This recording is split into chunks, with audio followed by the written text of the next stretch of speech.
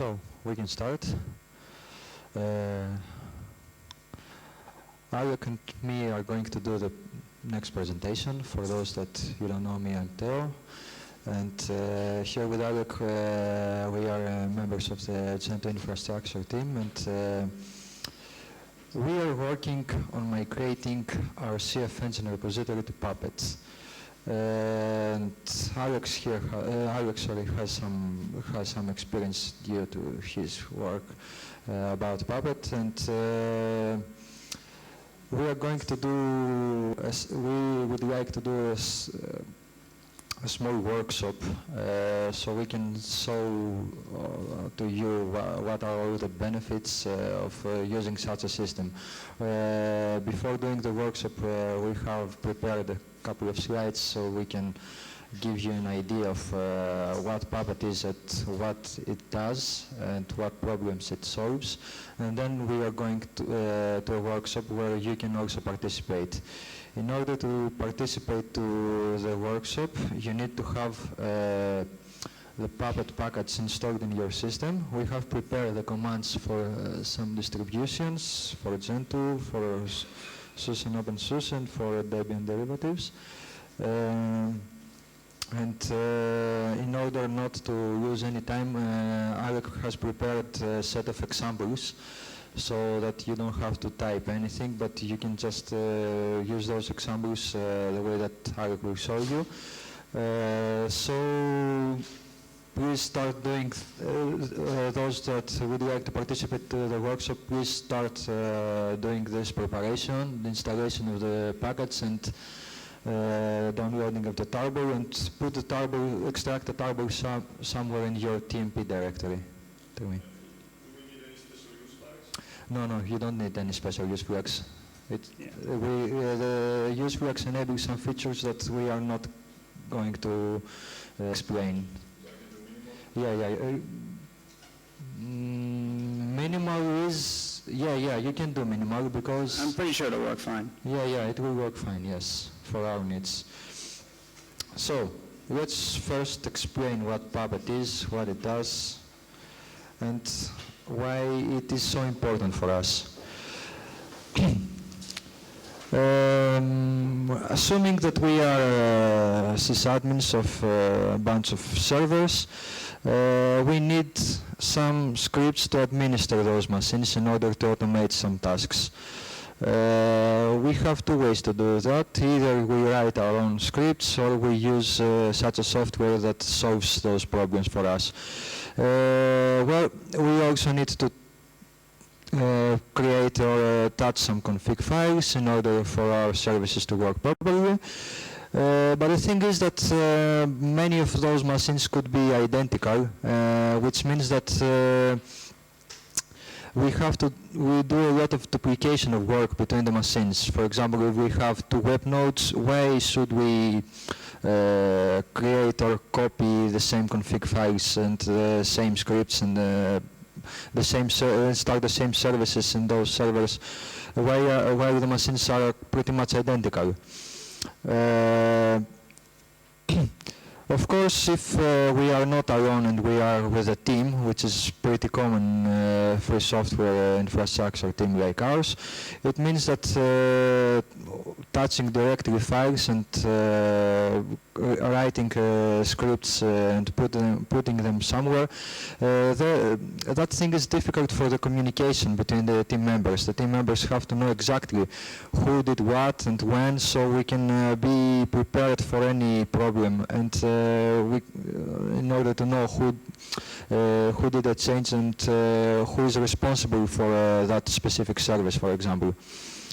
And of course, we also need to review each other's operations, because if, for example, I commit something that destroys, let's say that removes some files accidentally, it should be prevented by reviewing that.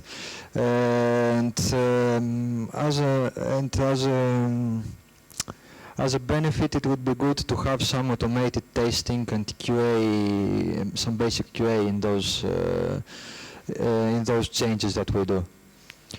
So the solution is a system like Puppet. There are plenty of those. We currently use CF Engine in Gentoo. There is also Chef, which is in Ruby, but for various reasons we prefer that one. Such a system, what it does in short is that it's a center place that has all the config files and all of the scripts and everything that is manually relating to those machines. Also, it does an easy and secure distribution of all the config files to the servers. We can also categorize the servers or the services into classes, into groups. And we can also put some conditions. For example, if we have a web server, we want if we have a machine that operates as a web server, then we want only there the Apache to be running, or we want the Apache to be installed, for example. Since it's a central storage place, we put all those changes in a Git repository or in more than one Git repositories, and we can have history, revisions, we can see easily the differences between the changes, and we can do the review of each other's changes before doing any important reparation to the production machines. Apart from config files, that system also can handle other files like random files that we may write to our servers or cronjobs. It can also create users. It takes care of run levels, or it can also be aware of our custom scripts. We will see afterwards in the workshop how Puppet does some of those operations. And one thing that is important, especially in large infrastructure centers like a university, is to support different Linux distributions and different operating systems.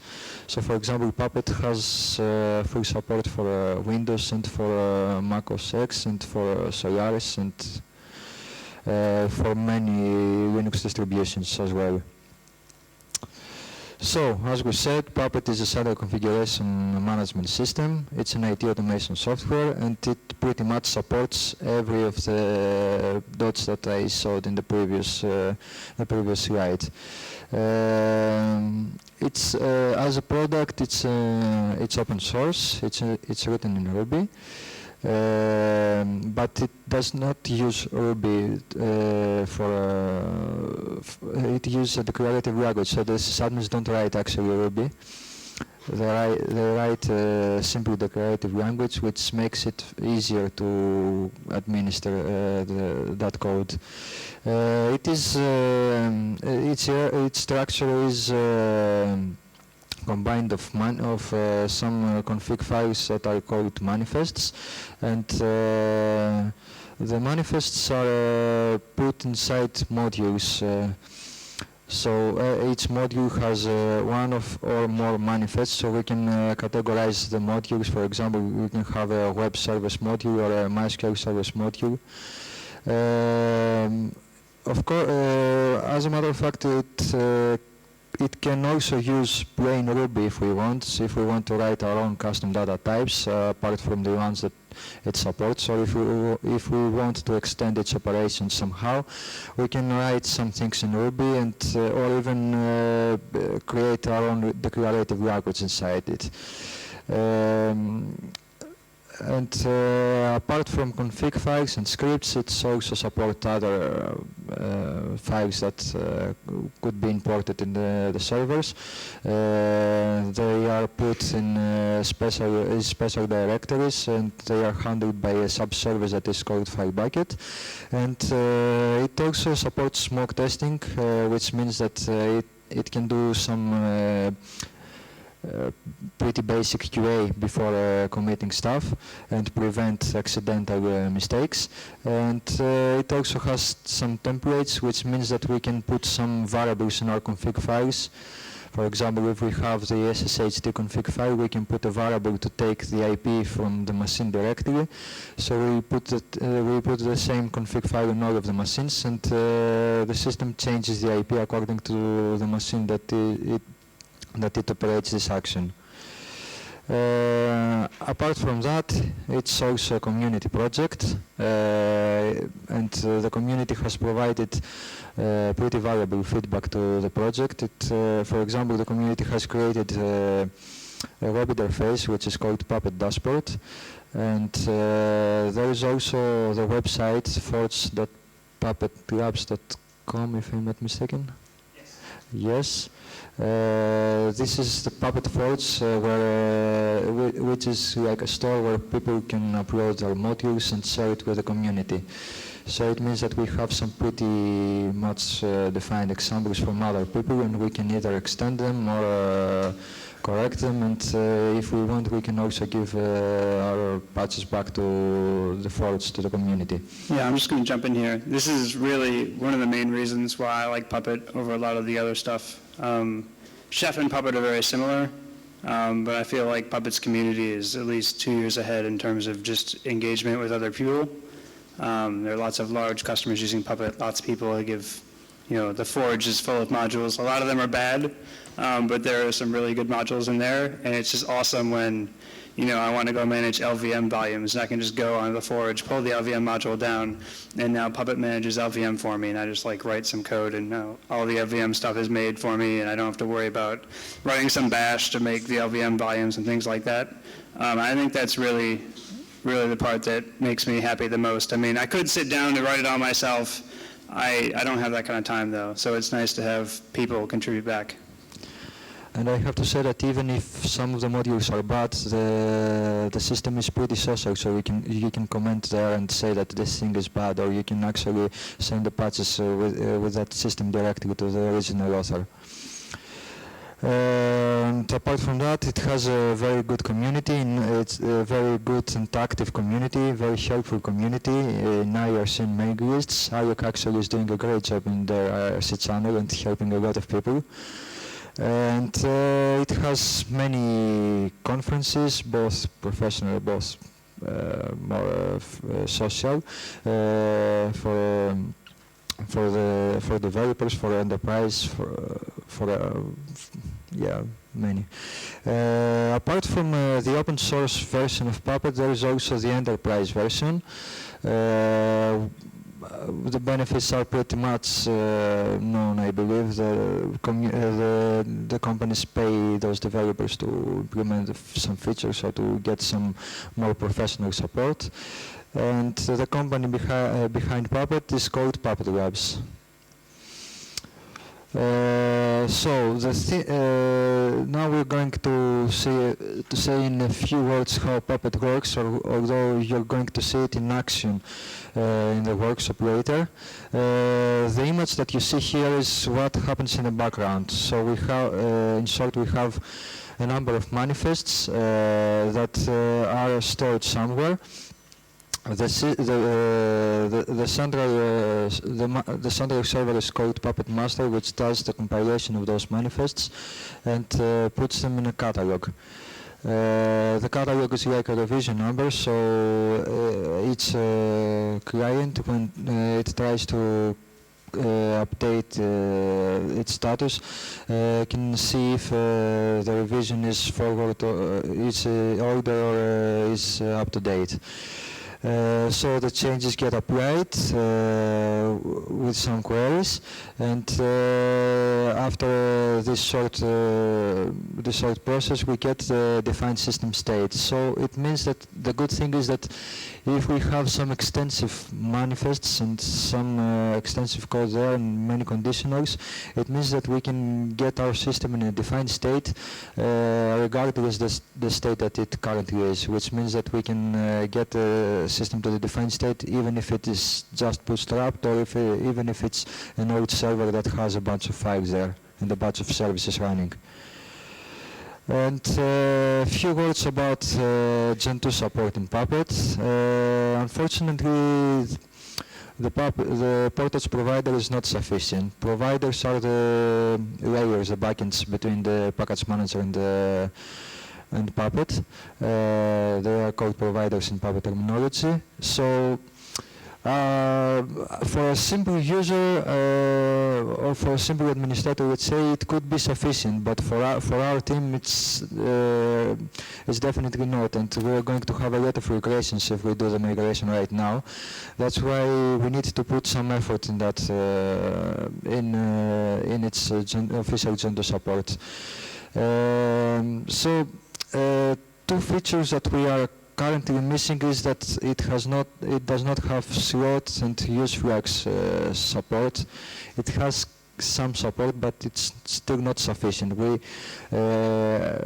would like to have an automatic trigger for emerge each time we change one of those two variables. And maybe not only this, but these one are the most important and most frequent that we change in our machines, at least. We try hard, because we don't know Ruby, to push some scripts. Well, we have some scripts that could be implemented either in package manager side or either in Puppet side, and we try hard to push maintainers and to push people to accept our patches or to write the patches, actually, in order to have some support. So far we have, I think, 3 or 4 blockers, and only one is resolved. And there is, apart from the official provider, we fortunately found a module, an external module from the university that provides most of our infrastructure, the Oregon State Lab University. One of those guys that is, I think he's currently working for Puppet Labs, I'm not entirely sure. Anyway, he started about a year ago, a Gentoo module which covers most of our needs, and probably he abandoned it, so we are trying to clean up his code and see what of our blockers are still not resolved. And if we get a sufficient Gentoo module, we can do our migration first, and then we will see if we will still have some courage to work on the official provider. But the official provider will be plain Ruby, which means that the Gentoo module will be will have to be rewritten from scratch. This is, you also see the URL of his repository. It's in GitHub, so if anyone knows about that stuff, feel free to help us. So, we are about to begin the workshop. That's all we wanted to say about Puppet.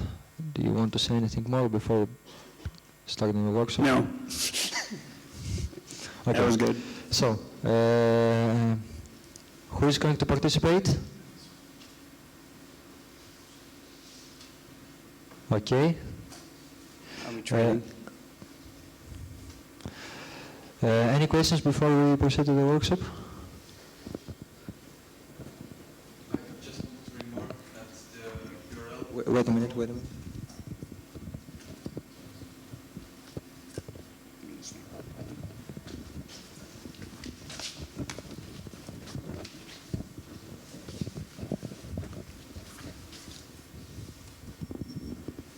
You showed the URL to the GitHub page. It's not Puppet Gentoo, it's Puppet Portage.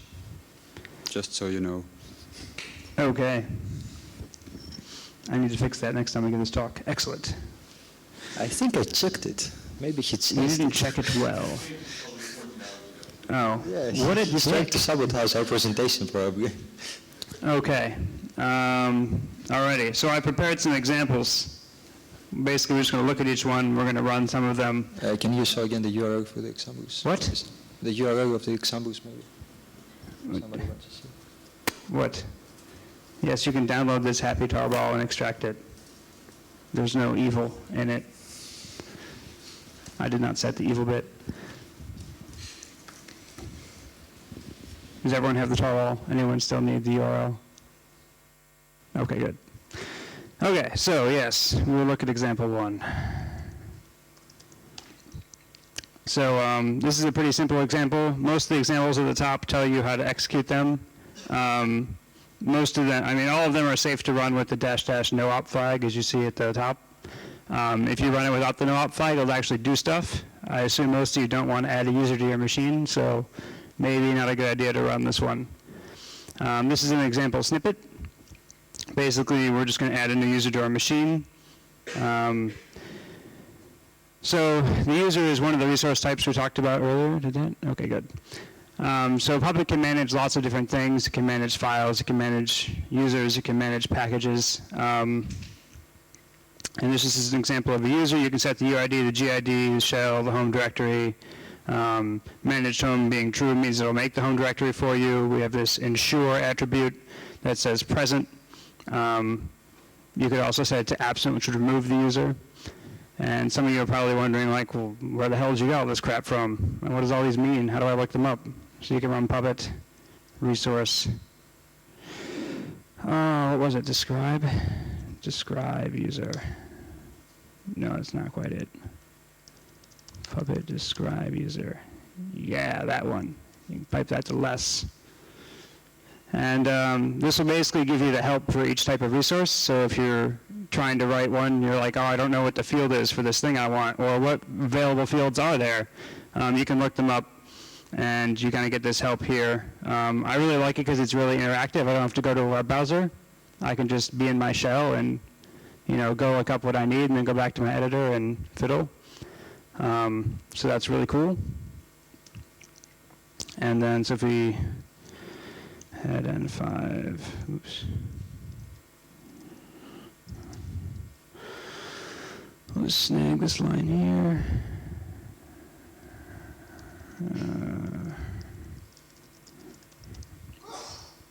Hopefully I typed my password right. I did, yes. Okay, so we talked earlier about how there's this whole manifest thing that gets compiled into a catalog and all that stuff. That actually happens here, but we're skipping a lot of the extra bits. This is, again, a really cool feature I like. A big problem, I don't want to say problem, but a lot of users come into the IRC channel and they ask how something works. It's like the easiest way to test if something works is to make a tiny foo.pp file and execute it with Puppet apply. And if there's a syntax error, they're pretty easy to find. You can play with parameters really easily. And so it's just a really nice way to be iterative and quick and not have to like spend a lot of time like reading the source code or like going and finding a bunch of documentation. Oh, the documentation is pretty good. So that was the first example. It's just basically adding a user. We'll look at it one more time. There's not a whole lot there. You know, if you want to remove a user, you can do the same thing where you just change the ensure to absent instead of present, and that will delete users. You can also manage the users' groups from this resource, which is nice. Any questions about example 1? How many of you added a test user to your machine by accident? Whoa, that's not what I wanted. Okay, so the second example, again, instructions to run it are at the top. This basically writes files to the file system. It's a pretty common example. Turns out we do this a lot, both in Gentoo and at my work. They're obviously more complicated than this, but so here we have some files in temp, mostly because it's a nice place to put files for this example. We also have these notify resources, which are great for kind of printing stuff. It's really helpful to like debug what's going on. Oftentimes, when you get more complex examples and you're using variables, we'll talk about later, or you just even want to know what host is this running on because you're getting like email output or something. It's really helpful to see that. And so basically we're making 3 files here. You notice we have the ensure thing. Before we had present and absent. Now we have present, directory, and link. So we can also manage directories and symlinks. Unfortunately, or fortunately, you use the file resource for all 3, which makes sense because that's the abstraction we're using. So yeah, you can say, okay, you know, temp test 3 is going to be a symlink to temp test 1. And we can make a directory, you can set the mode, you can set file contents, you can set owner and the UID, GID of the thing. I think it's all pretty straightforward, and we can run that. Pop up here and change that to 2. And basically, this is another great feature of Puppet, is if you ask it with the -- verbose flag, it will print heinous amounts of information, very verbose information about what it's doing, which is helpful particularly when you're managing, a non-trivial number of machines, and you have all these logs from each machine about what happened, and something unexpected happens, then you can go read the logs and be like, why did this file checksum change? I want to know, and it will tell you, which is helpful. So that was the no-op mode. We'll turn that off this time and run it again, because it's only making files in temp, and that's totally safe. So here it says it created a bunch of files, and it had some notifies that printed some messages, so that's nice. I think you don't need sudo for that. What? You don't need sudo. Yeah, I like to run sudo. What do you want? I run all my commands as root, all right? He's right, though. You could probably run it as normal Puppet. Some of the commands that install packages will require sudo, so I tried to stick with, whatever would work for all the examples. So that's the second example about files. You'll probably wonder about the templates that Theo mentioned earlier. We'll get to those, as well as copying whole files, because adding hi to a file is not really that useful. We'll also get to that later. So example 3 talks about ordering. This actually turns out to be really important. In this particular example, we're having a file, and then we're having another file that symlinks to the first file, and if you do them out of order, you're going to get a dangling symlink. And again, in this example, that's not a big deal, because the target of the symlink will get made right afterward. But you may have a problem where there's going to be like a race condition, right? And if you're depending on a service to reload a configuration, and the configuration isn't there, because the symlink's target isn't there, then your service might fail to restart, and then you'll get paged. And that's irritating. So here we talk about ordering. We're using the require parameter here. And I think it's relatively straightforward. Basically, execute temp test 1 before you execute temp test 2. And that's just specified by having temp test 2 require the other resource. And that's basically how that works. I'm not going to run that one, though. It's kind of boring. So this is basically the same thing, specified as a before. Before is another parameter. And it's really only useful for when you're talking about resources, and they're a lot more complicated in this example. You basically have require and before, but you may want to have 100 different things before or after something, and you don't want to specify that 100 times. So the reason why you have is the before and after is so that if you have 100 things that have to go before something, you may be able to just do one require that expresses that relationship, as opposed to doing 100 befores for each file that you have. And that's basically the only reason why they have both. I realize it's a little bit confusing, because you're like, why can I specify the relationship both ways? It gets worse, because there's a third way that we're going to talk about next. This is called resource chaining. And basically what happens here is I just made a fictitious example about 4 notifies, A, B, C, and D. And we basically want to guarantee ordering, and we want to make it easy for the guy, me, and hopefully you, later on to figure out what's going on. What's the order going to be like? And imagine that instead of 4, you have 100, and imagine instead of 1 file, they're in 80 files. You can still do resource chaining with that, which is basically saying that we're going to specify the order that these resources are going to go in. And so if you look down at the bottom, right, it's really obvious what's going on. I hope it's obvious, which is that we're going to do A, B, and C, and then D in that order. And you can get that by reading the resources above. If you had a require, you could put the requires in there and make it work. But when you come back and read it later, it's really not so obvious. And when the resources are all in different files, you have to do this thing where you just have 20 files open and you're trying to figure out, how things go together. And you could also do a graphics thing where Puppet compiles everything and you look at that, but that's also not really great to look at. So that's one of the reasons for chaining, which is this syntax here. You can also chain the other way, which is this arrows are going this way. You can point them the other way, because this is kind of like a before thing, A before B before C before D. And you can also go A after B after C after D. But that's that. Yes, you can. Not recommended. Don't do that. It does. Part of the thing that the Puppet community is working on is there are a number of ways that you can kind of shotgun your foot off. Luckily, most of them are banned in Puppet 3, which is not yet out.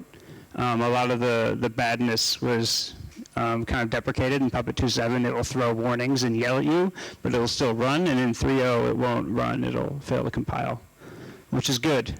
I like that, even though my stuff is all old and throws warnings. A lot of my coworkers are not so good at Puppet, and they make lots of mistakes. So it's good that a lot of their mistakes won't work anymore. So that is chaining. We'll run this one as well. Why not? I'll even placate him and not use sudo. So that's that. Yeah, I did do that wrong, didn't I? Fine, I'll even run the right example. What happened to the thing I just did? Fine. It's Ubuntu. I blame Ubuntu. Okay, so you notice that the messages run in order, even though they were defined in the file in a different order. They were defined in like BACD or something I made up. So here they're ordered properly, and that's really important. What are we on, example 6 now? Oh dear Lord, what did I write in here? Okay, so we're going to talk a bit about inline template, which is horrifying.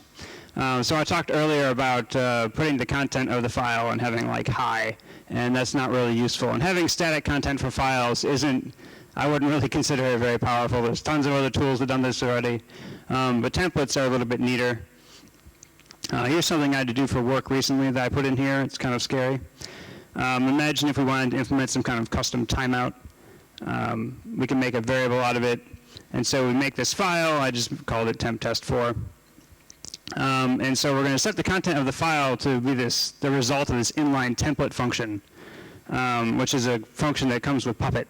And it lets us execute arbitrary Ruby code, which is dangerous, which is why at the top you see that inline template is evil, because it's really easy to screw up, but it's also really powerful. With power comes great responsibility. No, the other way around. So what we're doing here is we're looking up to see if the custom timeout variable is set. And if it's not set, then we're going to take the value 5, because that's the default I chose. And if the variable is set, we take its integer value, and we pop that into the file.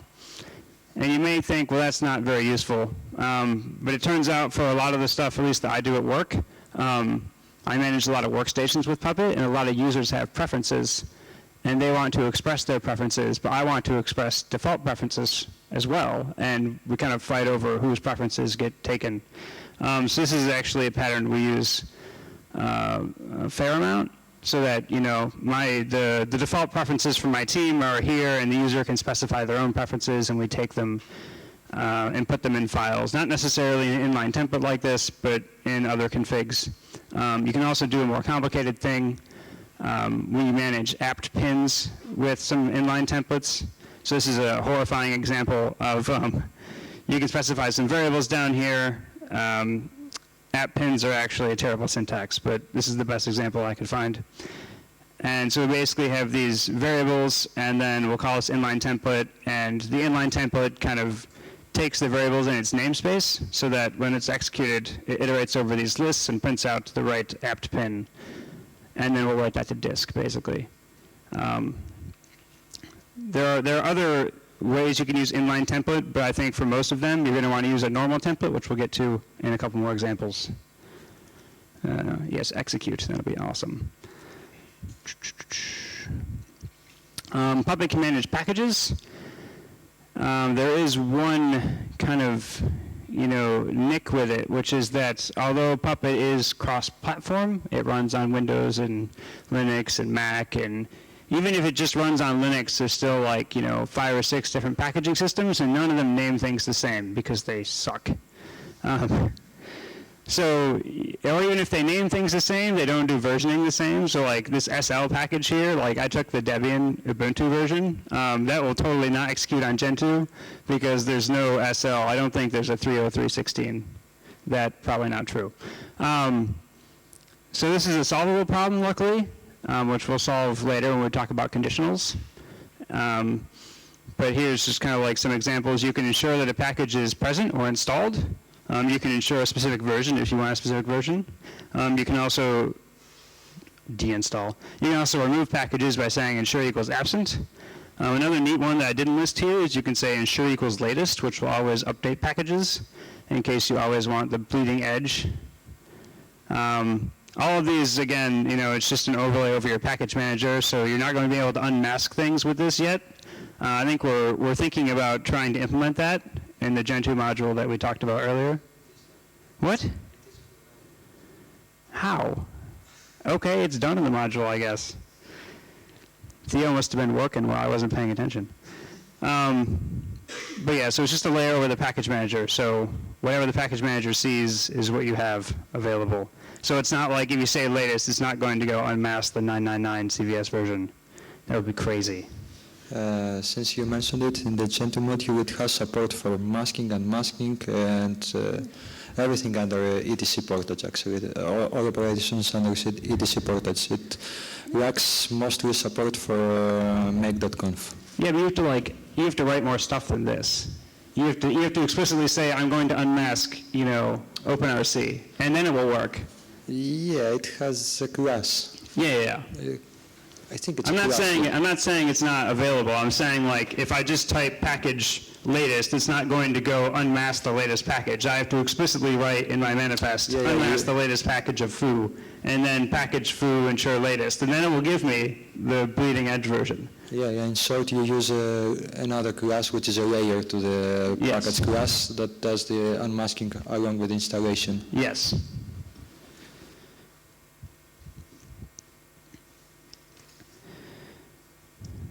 Anyway, I'm not going to run that example. I don't want to install packages. We're going to skip example 8. We'll come back to it. Look at example 9 for a moment. Okay, so Puppet has variables. We talked about some of them earlier. We even saw some variables in the horrific apt pin thing. Basically, this is just making a variable full of dots and setting it as a content, and then notice running on hostname. So we'll run that. I'll steal this command real quick.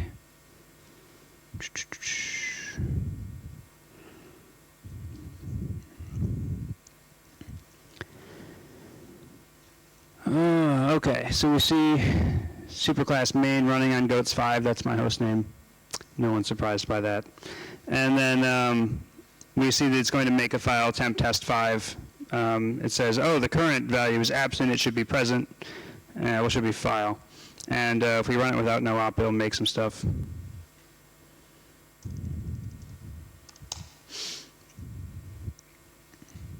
Hooray, running on goats 5, and then it made the file.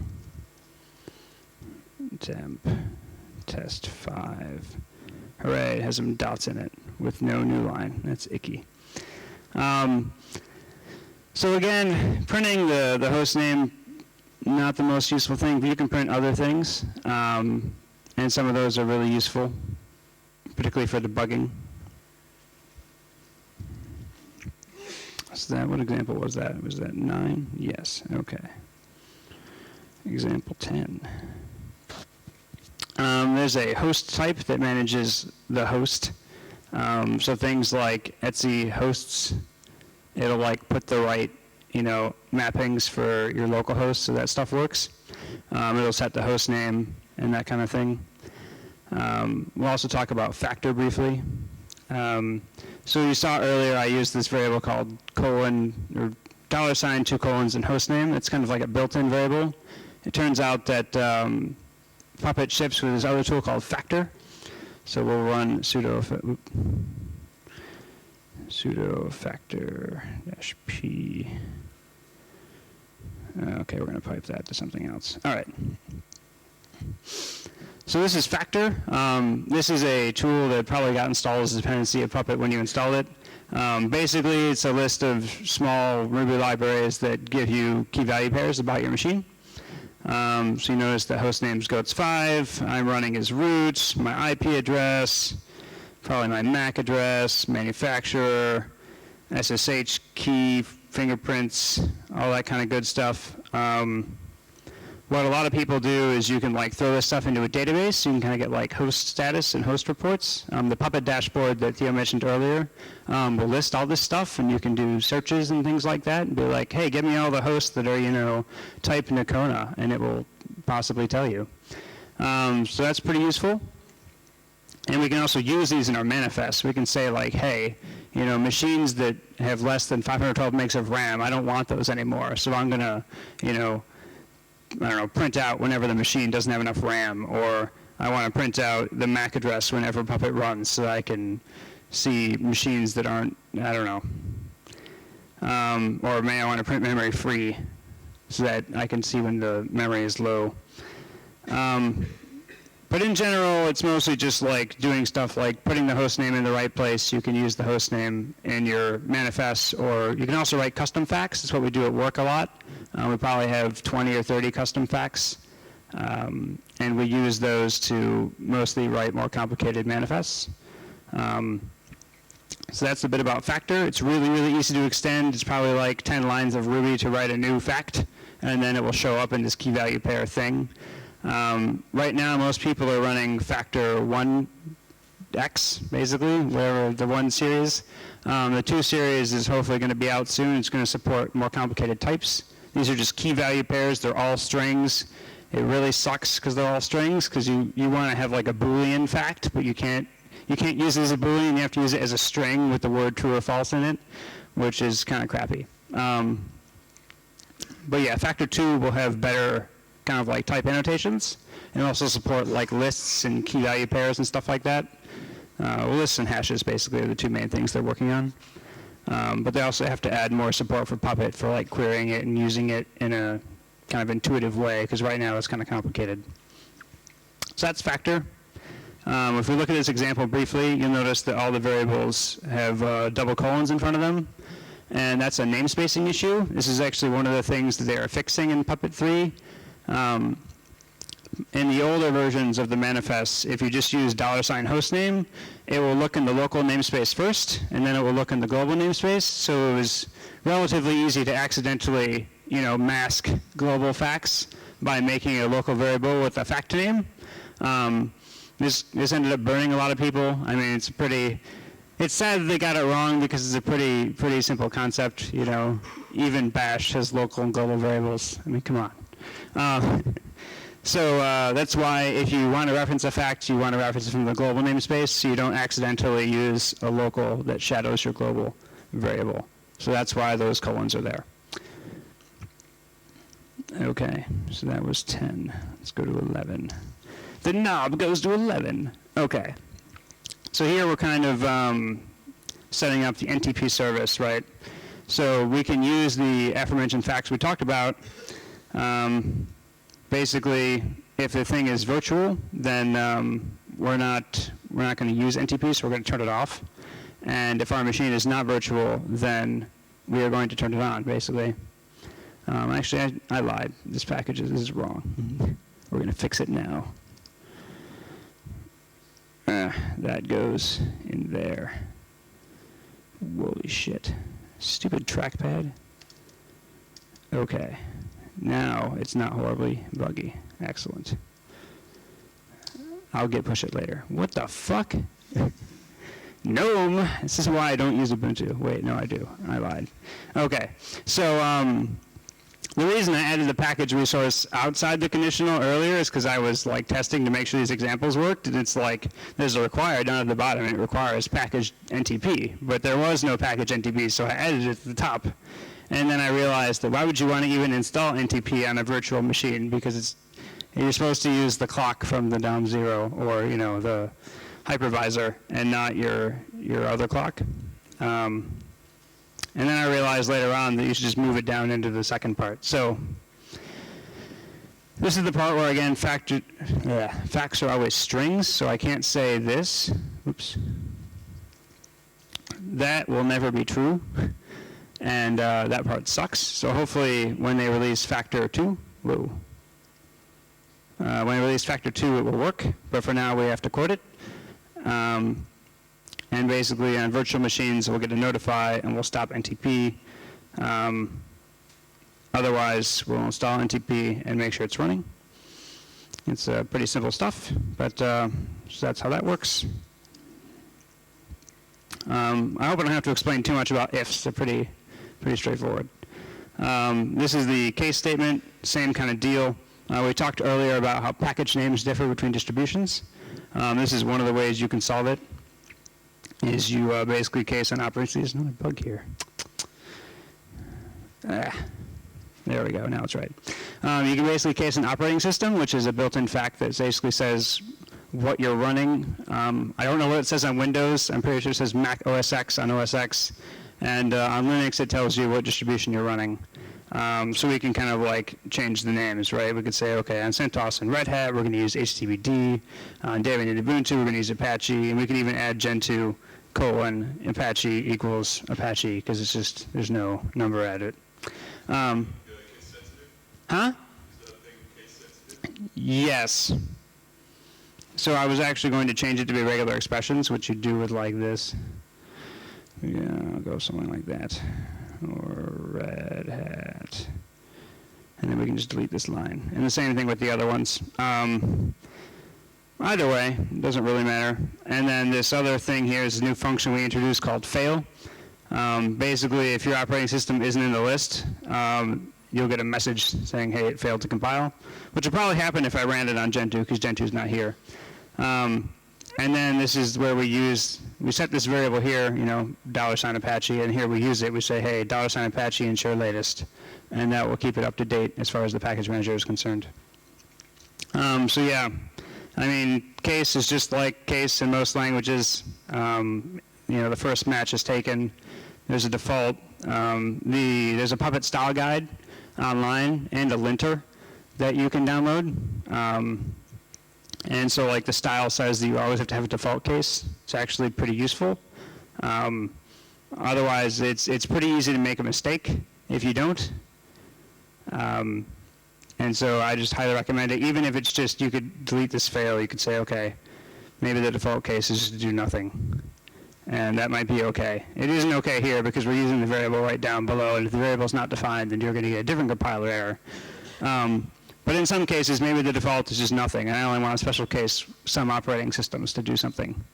That's how you do it. But even this default thing's rather important, because if you leave it out, then you have things that bleed through anyway, but it's hard to go back and see if it was intended or if it was a mistake. So if you write your intention down with an empty case, empty default, then your intention is made clear to the other readers that you meant for nothing to happen there, as opposed to, oh, I forgot to add another case. I'm on a team of about 12 people, so having your intention written down is really important for us at work. The infra team is only 5 people.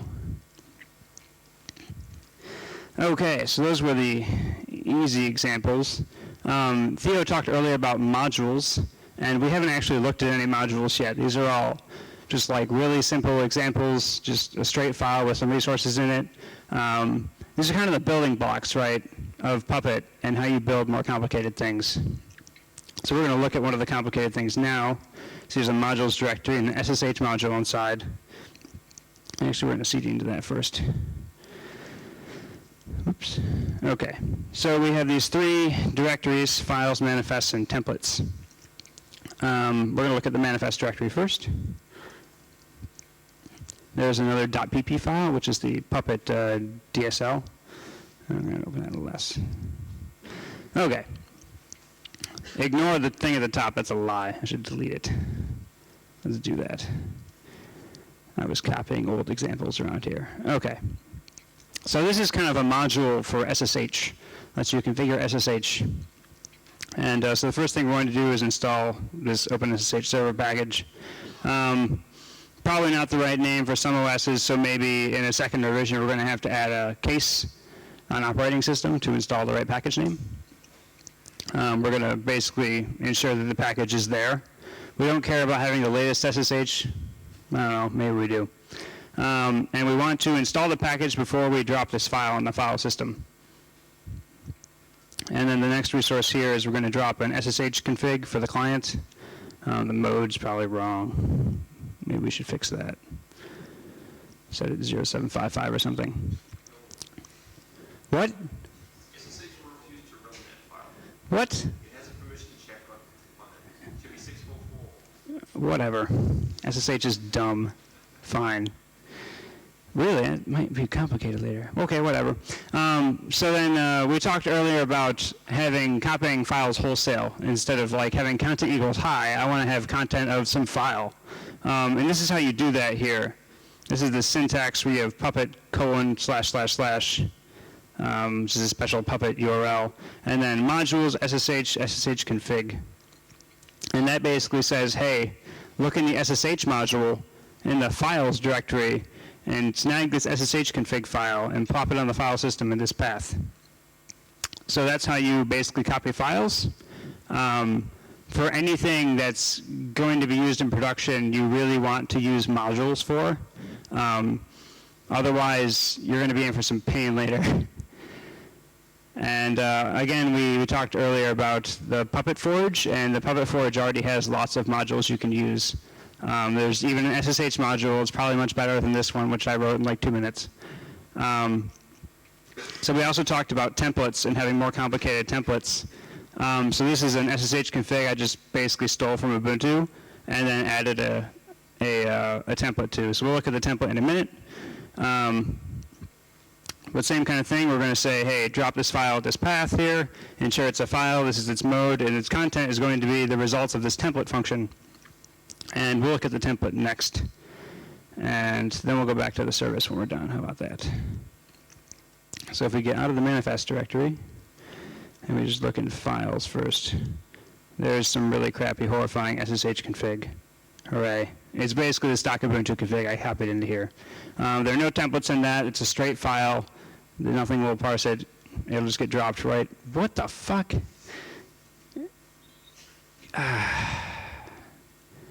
Unity sucks. Don't use it. It'll get dropped right in the file system where we told it to get dropped at. And then we look at our template. We should not cat that. We should use less. Okay. What I did here is, it's probably not even right. We'll see. Is I added a template at the top to listen on more than one port. This is actually a really common thing we do at work because a lot of people use NX, and we want NX to be listening on a different port. So we actually have SSH that runs on 2 ports instead of 1, 22, and then whatever NX port is. So I borrowed that for this example. Although I think it's actually common to limited ports and not multiple port statements, but whatever. You get the idea. So basically, you have this variable called SSHD ports. It's an array. You say for each element in the array, do this block, and then you write a port line with the port number, and then you end. That's the only template I added. You could obviously do a lot more. Our SSH config at work is really heavily templatized. Users can do things like, do I want Kerberos SSH auth or not? Do I want to listen on this extra port or not? Do I want to allow root logins or not? All these kinds of things are things that they can specify, and Puppet will enforce for them. And that's basically, it really helps us because a lot of people have really odd use cases, and we want them to be using Puppet to enforce them so that it's really easy to audit what's going on, as opposed to, a lot of people would like chatter files, for instance. Chatter them +i, and then we wouldn't be able to modify them, and it was really hard to figure out what was going on and like, why are you doing this? So we really tried to be adaptive to our use cases and have lots of templates and be supportive of what they wanted to do. So that's the template for that, and again, it will, we'll go back to the manifest here. Lesson.pp. Okay, so there we defined the variable SSHD port, so I just picked 45. I have no idea what runs on that port. That is not our Ubiquity port, by the way, the NX port, not 45. So the idea here is that when this template function runs, the SSHD ports variable will be available to it, and then it will iterate over it and write the multiple lines out.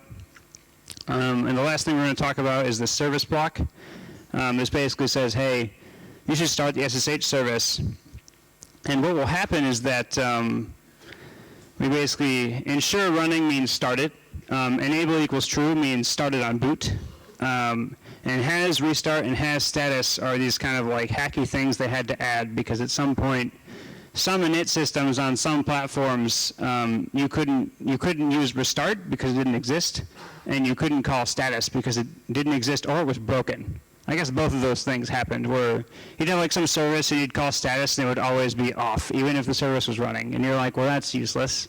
So you would say has status equals no, and then it tells the service provider that the status command doesn't work and do something else.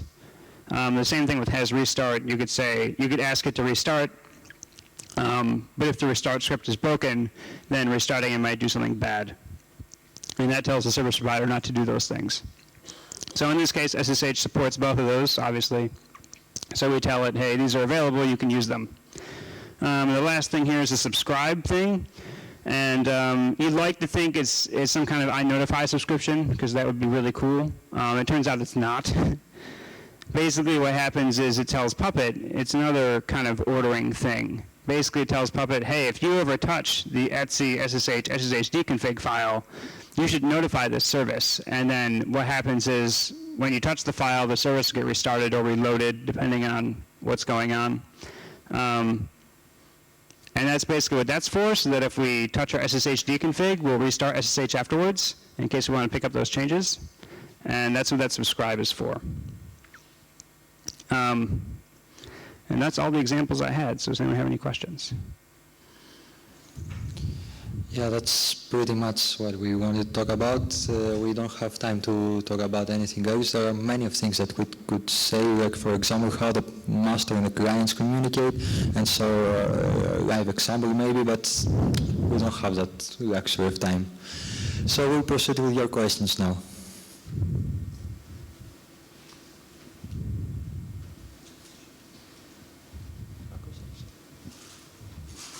You guys are so boring.